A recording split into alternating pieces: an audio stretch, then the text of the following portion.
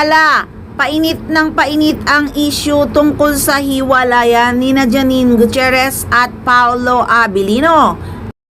At dahil nga daw sa issue na umamin nga daw si Janine Gutierrez sa isang source ay napabakasyon si Paolo Abilino sa Europe. Lalo tuloy na taranta ang mga fans ng Paunin.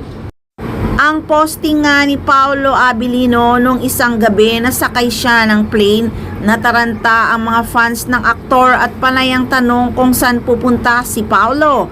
May iba naman na panayang tanong kung iniiwasan daw ba ni Paolo Abilino ang pagkalat uli ng chika tungkol sa hiwalayan nila ni Janine Gutierrez. Sa press con nga kasi ng linlang ay may ibang inusisa si Paolo Abilino kay Janine at umiwas nga ang aktor.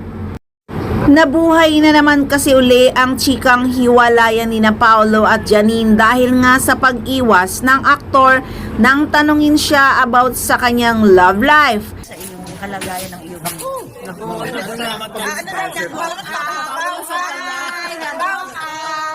Layo mo naman. Ano lang feeling? Tinatanong mo. Tawag mo na ako midlayuan, please.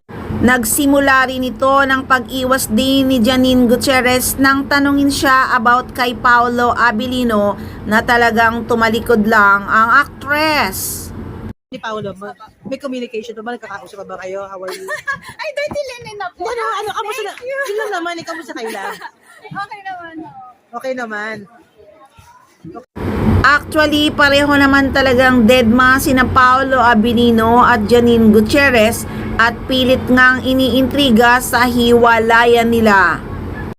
Ano pa bang mae-expect mo sa kanila? Talagang very private sila pagdating sa personal nilang buhay at sa kanilang love life. Painit ng painit ang issue. Nililinlang na naman ba ang mga fans at nagbakasyong mag-isa si Paolo Abilino papuntang Europe?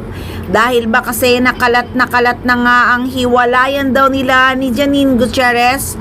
Naku naman, o baka naman may shooting si Paolo sa Europe. Di ba kagagaling lang niyang Milan? Bakit bumalik ulit siya ng Europe? Baka naman may gagawin siyang shooting sa Europe. Hays, nako, hirap manghula sa Paunin. Kaya wait na lang tayo sa finale.